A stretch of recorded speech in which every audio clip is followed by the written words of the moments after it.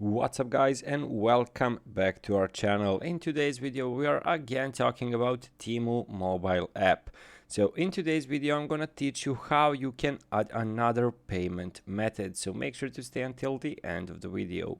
Before we move on, it would mean a lot if you subscribe to our channel and hit that notification bell so you stay alerted whenever we post another awesome tutorial, because you never know when you're gonna need a little bit of help. So basically what you need to do is go to the bottom section of your screen where it says you and click on it. So there are loads and loads of options over here, but you need to select basically settings.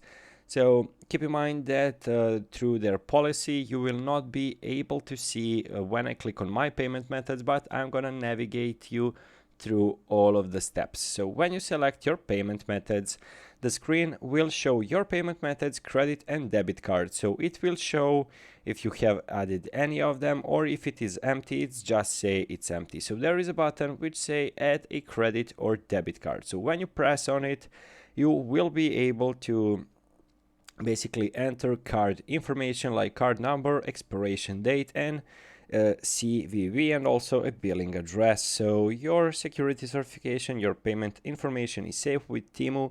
It does not share your credit card information with the seller. It supports Visa, ID check, safe key, protect by, JCB, trusted site, and so on and so forth. We're having Visa, MasterCard, American Express, Discover, Maestro, JCB, and so on and so forth. So guys, basically you can add your payment method quite easily. Just go to U option in the bottom of the screen, then go to settings and just click on your payment method. So just by pressing add a credit or debit card and entering infos, you have added successfully another payment method to your Temu account. So guys, thank you for watching. That's it for today's video. Goodbye.